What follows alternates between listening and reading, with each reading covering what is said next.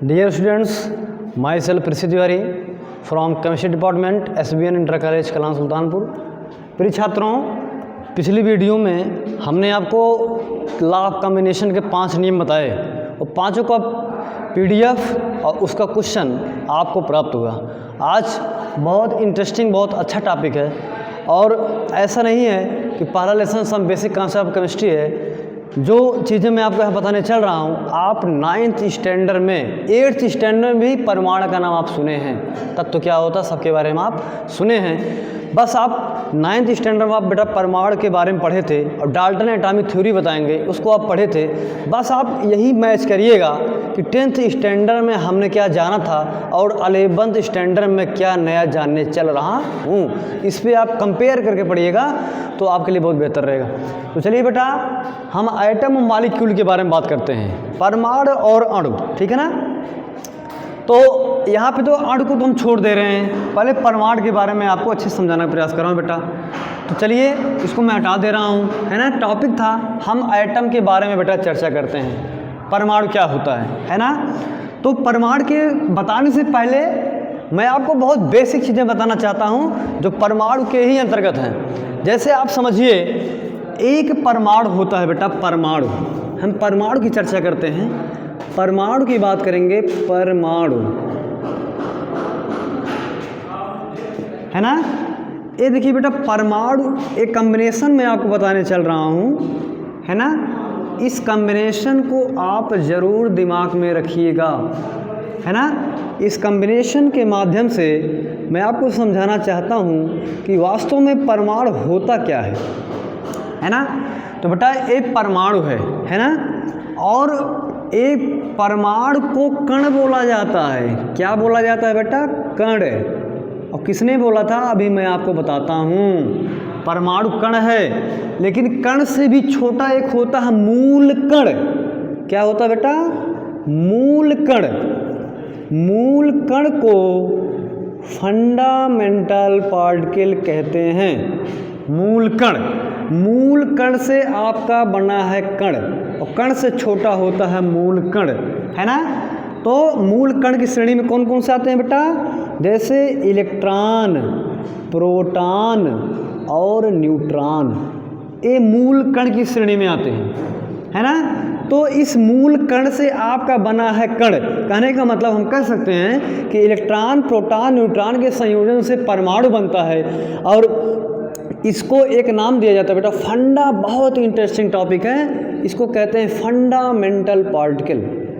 Fundamental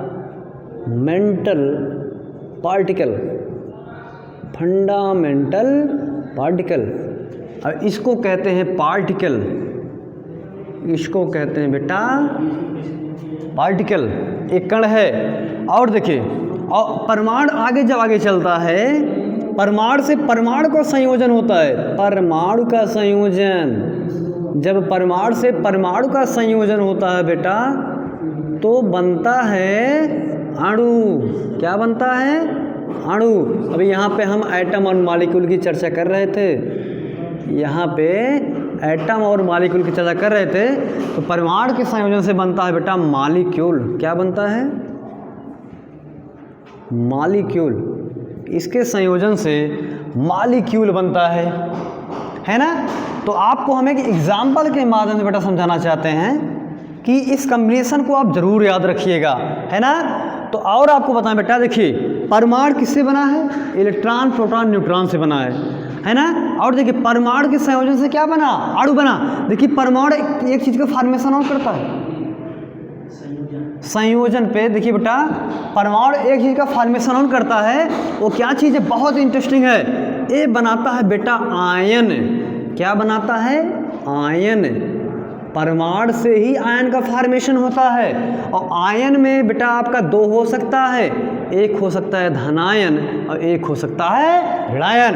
that means अगर example की बात करते हैं, जैसे Na+, K+ और Mg2+, और अगर आयंस की बात, एनायंस की बात करते हैं Cl-, O-। ये किसकी श्रेणी में आते हैं बेटा? ये आते हैं धातु की श्रेणी में। इसको मैंने मेटा और नॉन मेटा में डिस्कस किया था। और ये किसकी श्रेणी में आते दिख रहा है यहाँ पे? सर ये किसकी श्रेणी में आते हैं बेटा? ये आते हैं अधातु की श्रेणी में, इसको कहते हैं नॉन मेटल। हमने आपको स्टार्टिंग में ही बता दिया था कि हर चैप्टर का रिलेशन एक दूसरे टॉपिक से बेटा होता है। तो आप यहाँ समझिए, इतनी चीज़ें मैंने आपको लिखी हैं। अगर इन चीज़ों को बेटा आप समझ गए जो मैं व्हाइट बोर्ड पे मेंशन किया हूँ, यदि ये चीज़ें आपको समझ में आ गई तो आपको परमाणु में कोई भी समस्या नहीं हो सकती है। अभी इसके बाद सेकंड चैप्टर है परमाणु और अणु है, उसको आप बेहतर समझेंगे। यहाँ अगर आप समझ गए बेसिक पॉइंट तो आपको उस चैप्टर को समझने में कोई प्रॉब्लम नहीं होगी। चलिए एक बार मैं फिर पुनः समझा दे रहा हूँ बेटा, एक बार और समझ लीजिए। ये देखिए परमाणु है ना। परमाणु किससे बना बेटा? परमाणु क्या है? कण है। और किससे बना है? मूल कण से। मूल कण की श्रेणी में कौन आता है? Electron, proton, neutron. इनके मिलने से किसका फॉर्मेशन हुआ? परमाणु का। अब देखिए परमाणु किन चीज़ों को फॉर्मेशन किया? परमाणुओं के संयोजन से क्या बना? अणु बना। और परमाणु से ही क्या बना? आयन बना। और आयन बनते कैसे हैं बेटा? या इलेक्ट्रॉन को डोनेट करेंगे या फिर इलेक्ट्रॉन को एक्सेप्ट करेंगे। जो इलेक्ट्रॉन को डोनेट करते हैं वो धनायन बनाते हैं, और जो इलेक्ट्रॉन को एक्सेप्ट करते हैं वो ऋणायन बनाते हैं। और ये सब किसके पार्ट हैं? एटम के ही पार्ट हैं। तो पूरे केमिस्ट्री में केवल 3 चीज़ें होती हैं बेटा। परमाणु क्या क्या होता है, इसको आप विशेष ध्यान दीजिएगा। पूरे केमिस्ट्री में हर चीज़ वर्डिंग में परमाणु होता है, अणु होता है और आयन होता है। और किसकी श्रेणी में आते हैं बेटा? ये आते हैं कण की श्रेणी में। जब आपको मोल से बताएंगे उस टाइम मैं आपको विधिवत समझाऊंगा कि कण क्या होता है। परमाणु, अणु, आयन ये किसकी श्रेणी में आते हैं बेटा? कण की श्रेणी में आते हैं। तो ये था बेटा परमाणु के बारे में छोटा सा बेसिक पॉइंट जो आपको क्लियर हो गया होगा। और आप दिमाग में रखे रहिए, ये है मूल कण। इलेक्ट्रॉन प्रोटॉन की श्रेणी में बेटा आता है मूल कण। मूल कण से परमाणु बना और परमाणु आगे चलकर अणु बनाया और थोड़ी सी मैकेनिज्म से क्या बनाया बेटा? आयन बनाया। और हमें अच्छा लगता है कि आपको ये चीज़ें अब समझ में आ गई होंगी।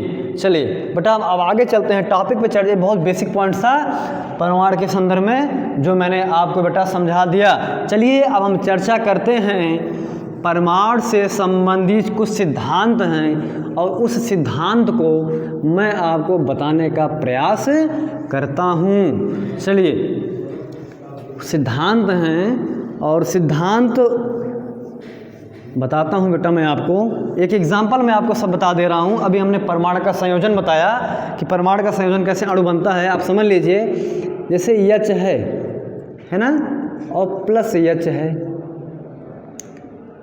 अभी हमने बताया कि परमाणु के संयोजन से क्या बनता है? अणु बनता है। अभी हमने आपको एक ग्राफ के माध्यम से समझाया था। H एक क्या है बेटा? परमाणु।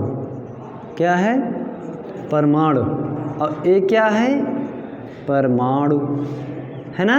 इन दोनों के संयोजन से क्या बनेगा? अणु बनेगा। क्या बन जाएगा? H2। इसे क्या कहेंगे? अणु, है ना। ऐसे और हो सकता है। ऑक्सीजन का एग्जाम्पल लें, O+O। अगर हम ऑक्सीजन का एग्जाम्पल लेते हैं बेटा O+O, देखिए इसके संयोजन से क्या बनता है? O2। ये भी परमाणु है, ये अणु है। N का एग्जाम्पल लेते हैं बेटा, N+N का एग्जाम्पल लेंगे, बनेगा N2। ये किसकी श्रेणी में आ गए सब? ये आ गए परमाणु की श्रेणी में। और एक किसकी श्रेणी में आ गए बेटा? ये सब ये आ गए मॉलिक्यूल या अणु की श्रेणी में आ गए। हमें ऐसा कि आपको समझ में आ गया होगा कि कैसे परमाणु आपस में संयोग करके अणु का फॉर्मेशन करते हैं। तो चलिए बेटा हम आगे चलते हैं और कुछ चीज़ें हैं मैं आपको बताना चाहूँगा। जैसे बेटा कुछ चीज़ें होती हैं केमिस्ट्री में, कुछ पढ़ने में बड़ी समस्याएं आती हैं, है ना। जैसे अगर कुछ लिख दिया गया उसको पढ़ने में समस्याएं आती हैं। जैसे O लिखा है, O2 लिखा है, इसको क्या कहेंगे? N लिखा है, N2 लिखा है, इसको क्या कहेंगे? और H लिखा है, H2 लिखा है, इसको क्या कहेंगे? है ना। तो इन सब चीज़ों को पढ़ने में थोड़ी समस्याएं आती हैं, तो मैं आपको समझाने का प्रयास करता हूं। देखिए बेटा, एक एग्जाम्पल लेता हूं और उस एग्जाम्पल के माध्यम से मैं पढ़ने का क्या तरीका है, किसी भी आइटम्स को पढ़ते कैसे हैं, मैं आपको समझाने का प्रयास करता हूं। जैसे बेटा लिखा है H है, लिखा है 2H 3H है ना, उसके बाद लिखा है बेटा H2 है ना, उसके बाद लिखा है H प्लस और उसके बाद लिखा है बेटा H माइनस। चलिए इसको आप समझने का प्रयास कीजिएगा, है ना। तो आप बेटा समझने का प्रयास कीजिएगा। तो चलिए आपको बताते हैं H क्या है बेटा, इसको कहते हैं एटम ऑफ हाइड्रोजन। क्या कहते हैं, एटम ऑफ, इसको कहते हैं बेटा एटम ऑफ हाइड्रोजन। इसको कहते हैं एटम ऑफ हाइड्रोजन। इसको कहते हैं 2 मोल्स ऑफ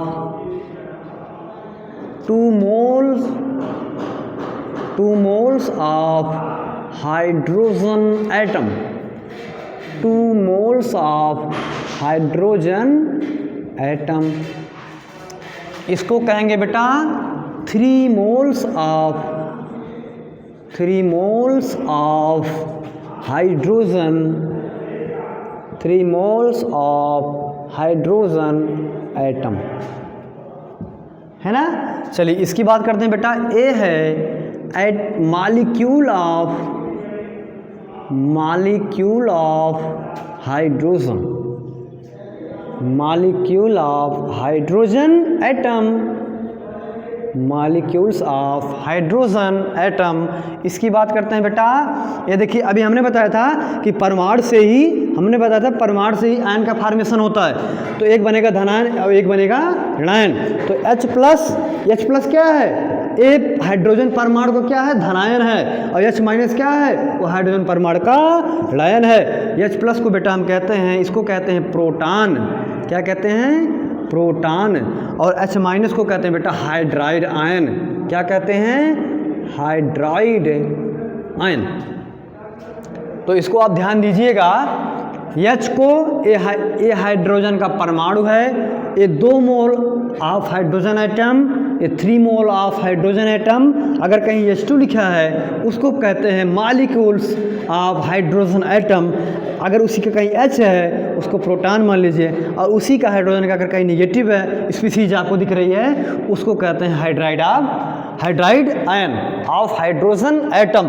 2 आयन्स हाइड्रोजन, एक प्रोटॉन H प्लस और दूसरा है H minus, hydride ion. H minus को हाइड्राइड आयन कहते हैं। ये कुछ बेसिक चीज़ें थी जो आपको हमेशा दिमाग में फिट करना चाहिए। इन सब चीज़ों को बेटा जानना बहुत ज़रूरी है। और इन सब चीज़ों को अभी तक आप केवल अणु व परमाणु के बारे में सुने थे, और कैसे उसको पढ़ा जाता है, उनको पढ़ने का तरीका क्या है। या मान लीजिए सेम सिंबल है, अगर उसको उसमें थोड़ा सा परिवर्तन कर दिया जाए तो उनका पढ़ने का क्या तरीका होता है।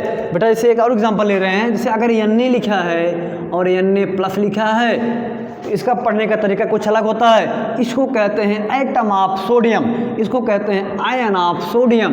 और बेटा मान लीजिए कहीं O लिखा है, O तो पॉजिटिव होता नहीं है, फिर भी आपको बता रहे हैं हम। और O मान लीजिए अगर निगेटिव लिखा है और O2 लिखा है, इसको क्या बोलेंगे बेटा, ions of oxygen atom, ions of oxygen atom और मॉलिक्यूल्स ऑफ ऑक्सीजन एटम, है ना।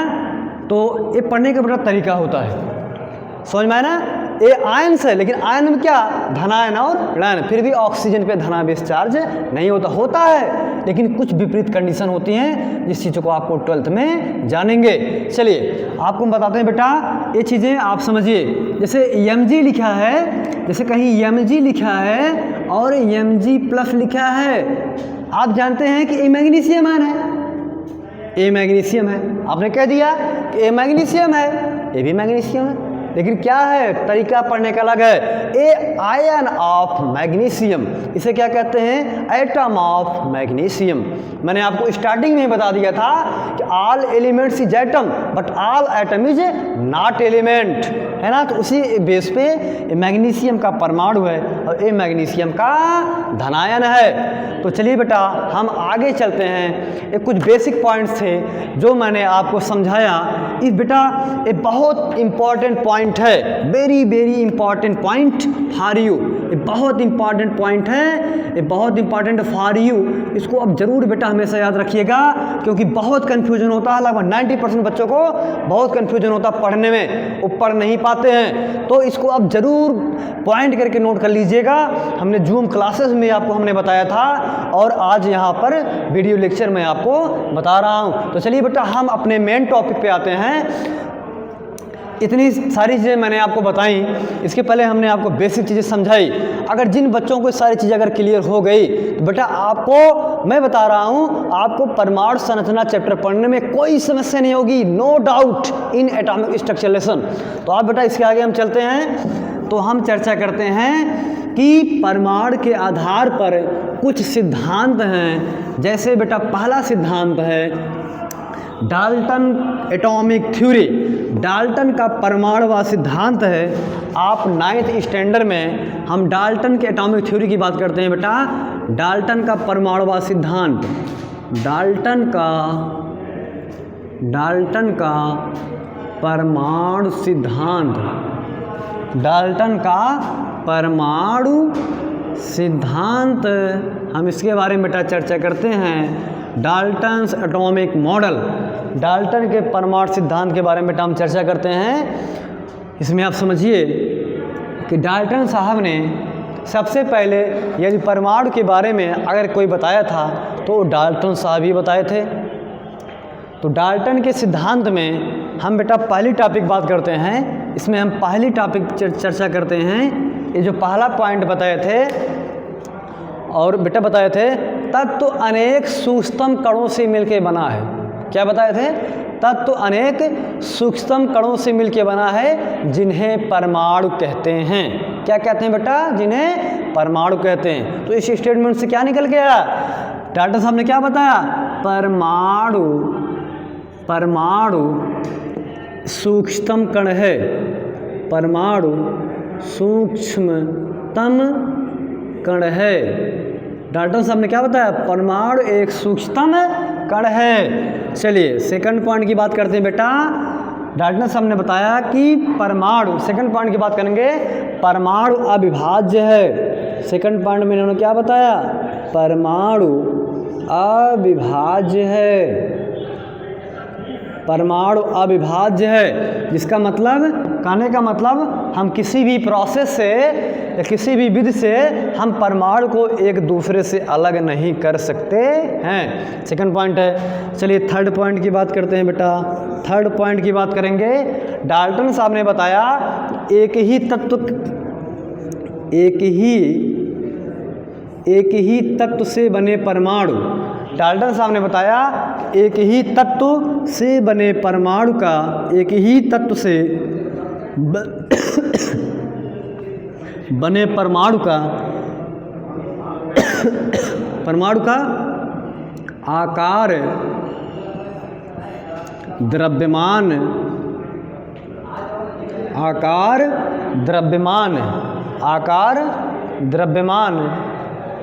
तथा अन्य सभी गुण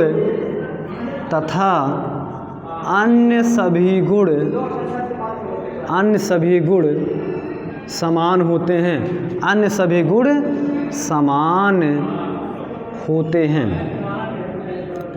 अन्य सभी गुण समान होते हैं। डाल्टन साहब ने बताया यदि तत्व एक ही परमाणु से बना है तो उसका आकार, उसका द्रव्यमान और उसके सभी गुण में मतलब बेटा भौतिक गुण और रासायनिक गुण क्या होते हैं? समान होते हैं। चलिए चौथे पॉइंट की बात करते हैं बेटा। हम फोर्थ पॉइंट की चर्चा करते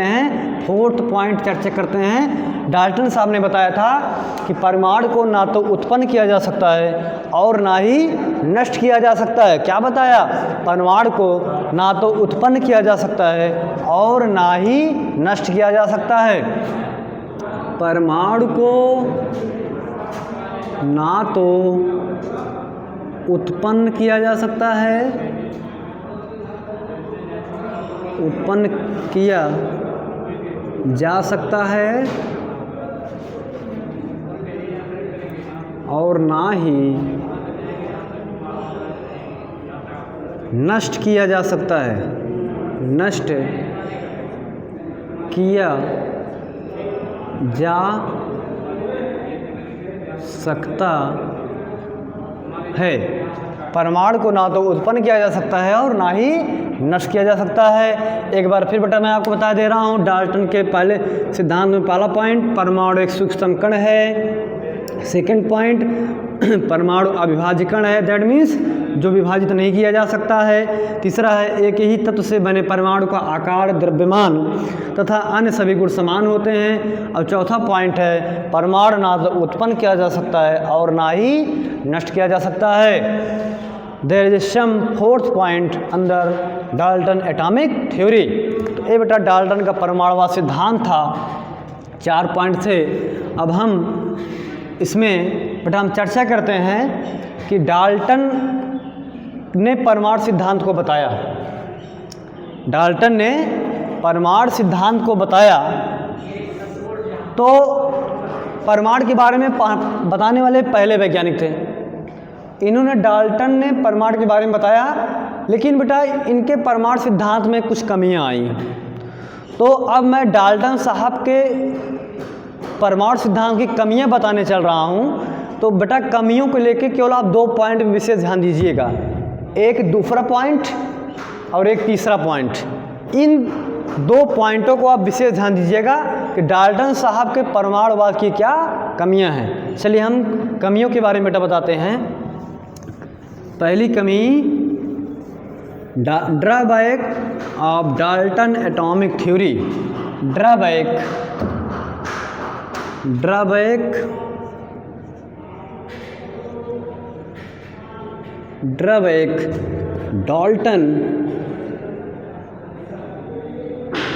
Dalton's atomic theory, Dalton's atomic theory, drawback Dalton's atomic theory. Dalton के परमाणु सिद्धांत में की कमियां, डाल्टन के परमाणु सिद्धांत की कमियां, इनकी क्या कमियां थी। अब बेटा कमियों के बारे में आपको बताने चल रहा हूं। तो बेटा सबसे पहली कमी मैं आपको बताऊं, इनकी सबसे पहली कमी है कि डाल्टन साहब ने बताया कि परमाणु एक अविभाज्य कण है, जबकि ऐसा नहीं होता है। आप डाल्टन परमाणु सिद्धांत पढ़े हैं, थॉमसन का परमाणु सिद्धांत पढ़े हैं, उसके बाद रदरफोर्ड का परमाणु मॉडल पढ़े हैं, उसके बाद बेटा आप नील्स बोर का परमाणु सिद्धांत पढ़े हैं, लेकिन कहीं ऐसा नहीं लिखा है कि परमाणु अविभाज्य होता है। एक गलत हुआ। परमाणु क्या होता है? विभाज्य कण होता है। Atom is divisible particle. एक कब आया? इसके बाद अभी आपको हम मॉडर्न एटॉमिक थ्योरी में आपको हम बताते हैं कि परमाणु विभाजित कैसे होता है। डाल्टन की पहली कमी क्या थी बेटा? कि डाल्टन की पहली कमी ये थी कि इन्होंने परमाणु को क्या कर दिया? बताया कि परमाणु अविभाज्य होता है, जबकि ऐसा नहीं होता है। डाल्टन के अकॉर्डिंग परमाणु अविभाज्य कण है, एक गलत था, लेकिन सही क्या है? सही मॉडर्न एटॉमिक थ्योरी ने बताया था। अभी आपको हम बताते हैं जस्ट इसके जो इनकी कमियां थी वही मॉडर्न एटॉमिक थ्योरी का सिद्धांत हुआ। तो इनकी कमी क्या थी? इन्होंने परमाणु को क्या बताया? अविभाज्य बताया, लेकिन होता क्या है? विभाज्य। पहली कमी बेटा ये थी। चलिए सेकंड पॉइंट की बात करते हैं। सेकंड पॉइंट है कि अभी हमने तीसरे पॉइंट पे आपको बताया था, उस पर ध्यान दीजिएगा। तीसरा पॉइंट क्या बताया? इन्होंने बताया था कि एक ही तत्व के परमाणुओं का आकार, द्रव्यमान तथा सभी गुण समान होते हैं, जबकि ऐसा नहीं होता है। तो सबसे बड़ी कमी क्या आई बेटा? डाल्टन साहब जो हैं वो समस्थानिक और संभारिक की खोज नहीं कर पाए। दूसरी कमी क्या थी बेटा? डाल्टन साहब समस्थानिक, जिसको हम आइसोटोप्स कहते हैं, आइसोटोप्स और आइसोबार्स है ना, समस्थानिक और संभारिक समस्थानिक, इन्होंने समस्थानिक और संभारिक के बारे में ये नहीं बता पाए थे, है ना। अब ये बता रहे हैं कि यदि एक ही तत्व के परमाणु हैं उनके सभी गुण समान होते हैं। कैसे समान होते हैं? हम हाइड्रोजन की बात करते हैं बेटा। हाइड्रोजन के 3 समस्थानिक होते हैं। एक होता है 1H1, एक होता है 1H2, एक होता है 1H3। इसे कहते हैं समस्थानिक। समस्थानिक क्या होता है? जिन तत्वों का परमाणु क्रमांक समान होता है उन्हें कहते हैं समस्थानिक, है ना। ये समस्थानिक हैं। और बेटा हम संभारिक की बात कर रहे हैं। संभारिक की बात करते हैं, यहाँ आप देख लीजिए 18 potassium 40 19 18 argon 18 argon 40 19 potassium 40 and 20 calcium 40। बेटा ये देखिए यहाँ पर परमाणु द्रव्यमान संख्या क्या है? समान है। समान द्रव्यमान संख्या जहाँ होता है उसे हम आइसोबार कहते हैं। संभारिक क्या कहते हैं? संभारिक कहते हैं। जिनका द्रव्यमान संख्या समान होता है उन्हें संभारिक कहते हैं, और जिनका परमाणु क्रमांक समान होता है समस्थानिक। क्या कहते हैं बेटा? समस्थानिक। ये देखिए किसके ये किसके आइसोटोप्स हैं? ये हैं परमाणु। किसके आइसोटोप्स हैं? ये हाइड्रोजन के आइसोटोप्स हैं, है ना। हाइड्रोजन के 3 आइसोटोप्स हैं, प्रोटीरियम, ड्यूटीरियम एंड ट्राइटीरियम। बेटा इसका नाम आप ध्यान दीजिएगा। 1H1 का नाम है प्रोटीरियम और 1H2 का नाम है ड्यूटीरियम एंड 1H3 का नाम है ट्राइटीरियम। और बेटा ड्यूटीरियम का एक फार्मूला और होता है D2O, और D2O को हम भारी जल के नाम से जानते हैं। किसके नाम से जानते हैं बेटा? भारी जल। ये भारी जल का सूत्र है। ये किसका सूत्र बेटा? ये भारी जल का सूत्र है। तो हाइड्रोजन के 3 समस्थानिक 1H1 1H2 1H3। तो क्या कमी थी डाल्टन साहब के उसमें थर्ड पॉइंट में कि डाल्टन साहब समस्थानिक और संभारिक के बारे में नहीं बता पाए। आप समझ लीजिए इन्होंने क्या बताया, यदि एक ही तत्व के परमाणु है। अब हाइड्रोजन एक ही तत्व है ना, लेकिन इसके परमाणु देखिए अलग अलग हैं। इन्होंने क्या बताया? एक ही तत्व के परमाणु का द्रव्यमान संख्या क्या होता है? समान होता है। ऐसा है? नहीं है। ऐसा है? आप देख रहे हैं नहीं है। यहाँ देखिए द्रव्यमान संख्या डिफरेंट है। यहाँ क्या डिफरेंट है? यहाँ एटॉमिक नंबर डिफरेंट है ना।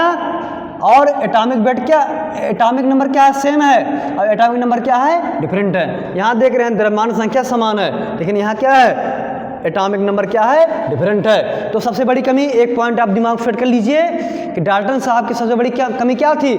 डाल्टन साहब समस्थानिक, समभारिक तथा सम इलेक्ट्रॉनिक तथा सम न्यूट्रॉनिक के बारे में कोई कॉन्सेप्ट नहीं बता पाए, और ना ही इलेक्ट्रॉन, प्रोटॉन और न्यूट्रॉनों के बारे में वो बता पाए। ये था उनका ड्रॉबैक, ये थी उनकी कमियां। चलिए बेटा अब हम आगे चलते हैं। इसी में डाल्टन एटॉमिक थ्योरी की जो कमियां थी, अब कमियों को सुधारने के लिए तो भाई कोई न कोई आएगा। तो आप समझिए डाल्टन साहब ऐसे वैज्ञानिक थे जिन्होंने परमाणु के बारे में बताया। बेटा ऐसा नहीं है कि डाल्टन का परमाणु सिद्धांत क्या था? गलत था। गलत नहीं था, लेकिन जैसे जैसे समय शताब्दी बीतती गई, नए नए खोज होते गए और उन्होंने जो बताया था वो चीज़ एक्सेप्ट करना आगे मॉडर्न में एक्सेप्ट करना छोड़ दिया गया। ऐसा नहीं समय के अकॉर्डिंग उनकी थ्योरी क्या हुई? गलत साबित हुई। ऐसा नहीं कि वो नियम गलत बताए, नियम नहीं गलत बताए, लेकिन समय के अकॉर्डिंग उनकी थ्योरी को क्या कर दिया गया बेटा? छोड़ दिया गया। फिर डाल्टन एटॉमिक थ्योरी को, डाल्टन के परमाणुवाद सिद्धांत को थोड़ा समय सही करने के लिए एक इसके बाद वाली थ्योरी आई, वो है आधुनिक परमाणुवाद सिद्धांत, मॉडर्न एटॉमिक थ्योरी। हम आपको डाल्टन के परमाणु सिद्धांत के बाद और उनकी कमियों को बताने के बाद हम आपको मॉडर्न एटॉमिक थ्योरी की दिशा में ले चलते हैं। और आप मॉडर्न एटॉमिक थ्योरी की चर्चा करते हैं बेटा। दूसरा एटॉमिक थ्योरी है वो मॉडर्न आधुनिक परमाणुवाद सिद्धांत, मॉडर्न